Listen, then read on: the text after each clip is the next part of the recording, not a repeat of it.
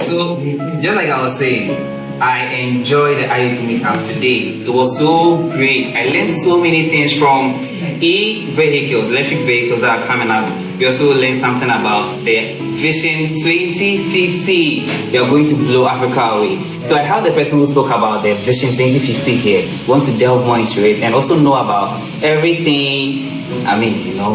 This is the person of Joshua Opokwajima, the IoT President, the IoT Evangelist, right? Right. Sure. So we are going to delve more and then we are going to listen to his opinion about the whole IoT meetup today. Welcome. Thank you so much. So we want to listen to you. What do you have for us today? Well, I think today has been one of the best days in my life. And the greatest IoT experience we have ever had. Because for 7 years, it was mostly run by only IoT. But after some time, we thought about it. We've done this for so long, it's getting boring. People come, same thing. How do we make it more exciting that when people come here and they leave, they can't stop thinking about IoT meetup to the rest of their life, right? So today has been great. Great in the sense that it's the first time after COVID that we've been able to have such a large number to the extent that we couldn't even go inside the regular room we used to meetup. Aside that, we have exhibitions now with a number of people also outside while the place was full up. And the interesting thing is most people couldn't attend because we have to change the dates. It was supposed to be last week Saturday, and because of the funeral activities, we have to push it to this week. So a lot of people's plans were disrupted. We were expecting about 15 students for one senior high school. They couldn't come. Just one senior high school? Yes, they wanted to even bring 60. They have to tell them, I'm sorry, we can't house 60 plus our whole community at the moment. So I think the impression about people interest, especially young people interest, you want to learn more about new technologies, about IoT, AR, robotics is very inspiring. Because that has been the dream for starting IoT 7 years ago. At the time, people didn't know about it. There's nowhere to learn about it. And we said, why can't we start something, bring people together so they can start learning? In 7 years, people are hungry for it. It's more like a dream come true. So it also helps us to rethink if this has been accomplished, what next, right? And that's what led to IoT Vision 2050.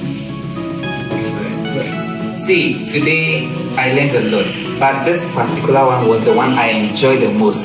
Vision 2050. Right. Like, I asked myself, so what's this going to be about? What's this session going to be? Because, people come, they talk about all stuff, but this one was different, like totally different. So here we have with the main man himself. Are you ready to delve more? You should have been here. We will not touch on anything, just a few bits. All right, Mr. President, I want to listen to you. Okay, so Vision 2050, it was also inspired. During our research, we've been researching a lot into emerging technologies, its potential in Africa and the world at large. And then there's been a research done by, I think, UNESCO or World Bank that says that by 2050, Africa is going to have a population of 2.4 billion. Our population is going to double. Wow. So it means once our population is doubling, the challenges we are facing is also going to maybe triple. Right? Or even worse, right? With Africa's situation now. Exactly. So imagine the situation we live in now, if things doesn't get better, and now we have a double population, they're going to compete for education, quality education, food, jobs. Imagine the problem doubling up, right?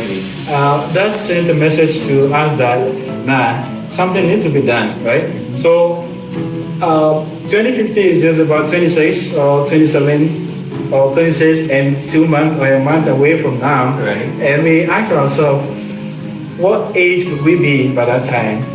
Probably most of us will be on pension. If you're in your 30s, you're almost on your pension. If you're in your 20s, you have like a year, a decade to your pension. If you're in your 40s, that means you have 20 years more. What can we do now to ensure that for the next 20, 30 years to come, wherever we go to, the next generation can be able to pick up and build upon? And that's what led to the Vision 2050. So the 2050 is basically simple. We're launching a project. It's called Audacious Project, or VHAS, B stands for big, hairy, audacious goal, very ambitious, and it's also could be referred to as moonshots. Moonshots are ideas people think this is crazy, right? And it's crazy because when it happens, crazy things are going to happen. So, like one man says, I'm going to build car that will be charged with electricity. It was a big ambition at the time, and people thought it was crazy. Yeah. Today, it's almost everywhere. One man said, I'm going to put human beings on the moon. At the time, it was crazy, and they succeeded doing that. And today, space is becoming fun now, right? Right. So, we need to also start looking at what big thing can we do for our continent that when it's achieved, would have a big transformation across the continent. The Billion Dreams Project. So that project is going to be hunting for ambitious ideas, ambitious projects, ambitious solutions that have the power to transform billions of lives on the continent. And our goal is simple. Find a problem that billion people are facing or will face in the next 10, 20 years to come, and let's start thinking of a solution now, so that when the time comes, we are able to address that solution and impact a billion lives. To achieve that is going to be tough. It means, first of all, as Africans, we need to work on ourselves. And the first thing we need to work on is perception. If we can't change the way we see our country, our continent, there's nothing we can do to make it better. So indirectly, more like the mindsets. Well, the mindset is very broad. But when you say mindset, people hear mindset, but still nothing happened. The mind is still set, right? So I would want to put it as a mind shift. Mindset means the mind has been set, and that's what is happening to us. All our minds are set on the wrong thing. We're not seeing the beauty of Africa. We're not seeing the riches of Africa. All what we see is troubles, problems, challenges. So our mind has been set to that. Right. Be able to search the mind from where it is to where it has to be. We need a shift, a paradigm shift, or a transformation.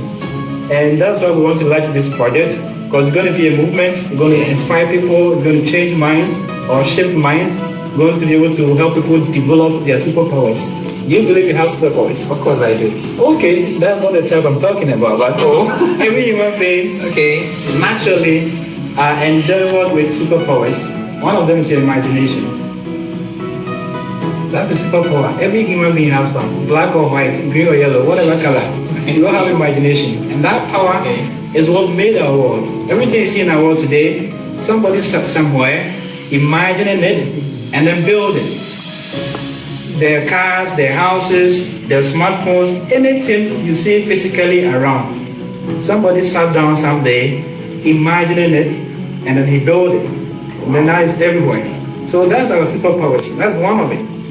We'll talk about a number of them, but I think I can touch on them, but I'll probably explain them. Sure. Another one is willpower.